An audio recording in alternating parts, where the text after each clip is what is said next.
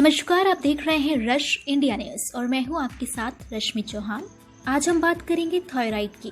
Thyroid वर्तमान समय की आम समस्या है जो अधिकांश लोगों में देखने को मिल रही है। डाउन टू अर्थ की रिपोर्ट के अनुसार भारत में 40 मिलियन लोग इस बीमारी से पीड़ित है, जिसमें हाइपोथायराइडिज्म से 10 में से 1 व्यक्ति पीड़ित है। यह आंकड़े थायराइड की भयावह स्थिति को बयां करने के लिए काफी है। आइए थायराइड के बारे में सारी जानकारी जानते हैं। थायराइड क्या है, इसकी प्रकार क्या है और थायराइड में कितनी समस्याओं का सामना करना पड़ता है, इसके उपचार क्या है, थायराइड से निजात कैसे पाई जाए, थायराइड के लक्षण क्या है, ये सभी आज हम जानेंगे संस्कृति सिंह से। नमस्कार, आज मैं संस्कृति हूँ और आज हम लोग थायराइड की समस्या जो कि बहुत ही आम हो गई है समस्या, उसके बारे में बात करने जा रहे हैं थोड़ी सी, जिससे कि जानकारी लोगों की बढ़े, खासकर ग्रामीण क्षेत्रों में, कि थायराइड क्या है, क्यों होता है और इससे बचने के क्या उपाय हैं। क्योंकि महिलाओं में ये बहुत ज़्यादा पाया जाने लगा है, ग्रामीण और शहरी दोनों क्षेत्रों में। थायराइड एक ग्रंथि होती है हमारे जो यहाँ पर होती है गले के बीचों बीच, और एक वो तितली के शेप की, बटरफ्लाई शेप की होती है। ये एक हार्मोनल ग्लैंड है, हार्मोन की ग्रंथि है, और ये थायराइड नाम का हार्मोन को बॉडी में सीक्रेट करती है, इसका स्राव होता है। ये हमारी पूरी छोटी सी ग्रंथि है लेकिन पूरी बॉडी को कंट्रोल करती है। ये बॉडी के मेटाबॉलिज्म को, बॉडी के टेम्परेचर को, मतलब ये हमारी लाइफ लाइन है। थायराइड की ग्रंथि हमारी लाइफ लाइन है। तो अब इसमें क्यों प्रॉब्लम आने लगती है? आज से 20-30 साल पहले थायराइड की इतनी प्रॉब्लम आपको सुनाई नहीं देती होगी, लेकिन अब काफ़ी थायराइड की प्रॉब्लम्स आने लगी हैं। तो उसका रीज़न ये है कि सबसे पहले तो हमारी लाइफस्टाइल है। हमारी लाइफस्टाइल में अगर आप खाने पीने को देखते हैं तो हम क्या खाते हैं, हमारी बहुत न्यूट्रिशनल डेफिशिएंसीज होने लगती हैं। पौष्टिक तत्वों की कमी हमारी बॉडी को होने लगती है। हमारे खान पान में ऐसा कुछ रहता ही नहीं, और थायराइड को बहुत ही पौष्टिक तत्वों की ज़रूरत होती है जिससे कि वो थायराइड नाम का हार्मोन को बना सके।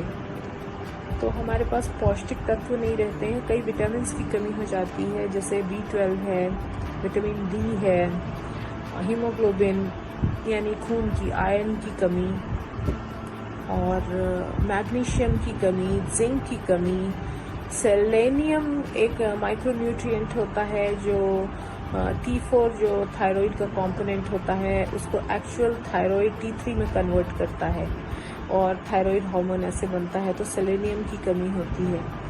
तो ऐसे बहुत सारे विटामिन्स और माइक्रोन्यूट्रिएंट्स होते हैं जिनकी हमारे खान पान में कमी होती है, क्योंकि हम सीजनल सब्जियां नहीं खाते हैं, फ्रूट्स नहीं खाते हैं, तो और फाइबर नहीं लेते हैं प्रॉपर, तो उससे हमारी कमी हो जाती है।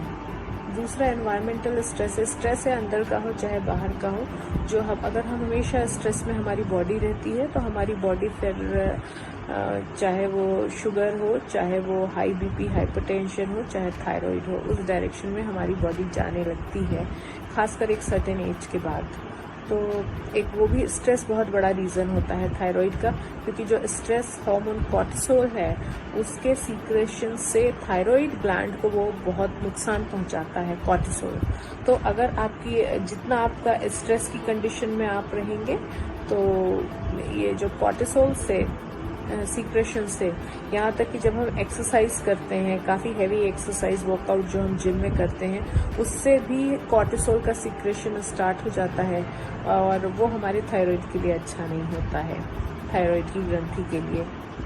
तीसरी चीज़ है हमारा, अब जैसे खाना पीना आपने ठीक कर दिया, आप थोड़ा एक्सरसाइज, योगा, प्राणायाम कर रहे हैं जो कि ज़रूरी है, लेकिन इसके बाद भी अगर आपको थायराइड की प्रॉब्लम है तो उसका एक रीज़न ये है कि आपका पेट ठीक नहीं है।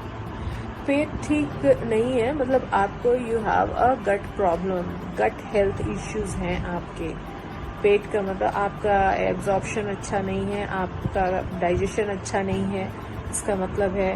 तो ये चीज़ों को हम इग्नोर करते हैं। इसे हमें इग्नोर नहीं करना चाहिए क्योंकि हम अच्छा खाते हैं, लेकिन अगर वो कहते हैं ना बॉडी में लग नहीं रहा है, अगर वो नहीं लग रहा है तो ऑब्वियसली आपकी न्यूट्रिशनल डेफिशिएंसी, पोषक तत्वों की कमी होगी और इसका लॉन्ग टर्म जो रिजल्ट है वो थायराइड होगा। और तो हमें अपना पेट ठीक रखना बहुत ज़रूरी है। प्रोबायोटिक्स तो आजकल मार्केट में बहुत मिलते हैं, लेकिन हम अपने आसपास के प्रोबायोटिक्स को नहीं देखते हैं। जैसे आपका प्रोबायोटिक सबसे मेन है आंवला, आंवले का पाउडर है, और सुपारी जैसे आंवला है, या जो फ्रेश आंवला होता है साल में 2-3 महीने अवेलेबल होता है। तो आंवला हमारे लिए बहुत ही फ़ायदेमंद होता है। आयुर्वेद में तो खैर है ही आंवले का।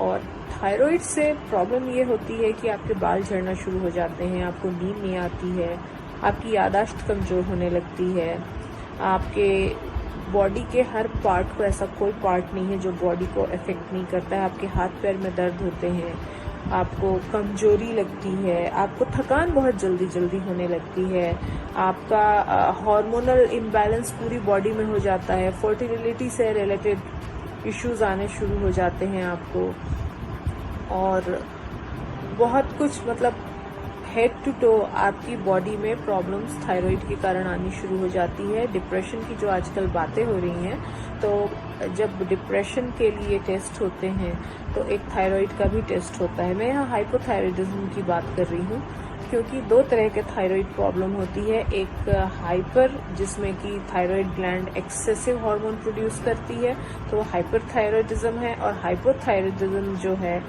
वो जो महिलाओं में ज़्यादा होता है, वो आपका कम हार्मोन प्रोड्यूस करता है थायराइड का। तो ये एक चीज़ है। और फिर आपके बालों का झड़ना, आपकी आईब्रोज की भी, इसकी भी थिनिंग हो जाती है। और डिप्रेशन का रीज़न भी थायराइड है, बहुत बड़ा रीज़न थायराइड है। तो थायराइड के टेस्ट से भी पता चलता है अगर आपको डिप्रेशन की प्रॉब्लम हो रही है तो।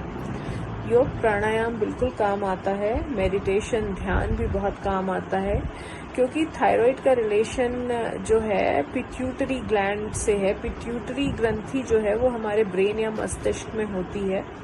तो जब आप ध्यान, प्राणायाम ये सब करते हैं तो आपकी पिट्यूटरी ग्लैंड की फंक्शनिंग भी इम्प्रूव होती है, जो जिसका कि कॉन्सिक्वेंट असर आपके थायराइड पे होता है।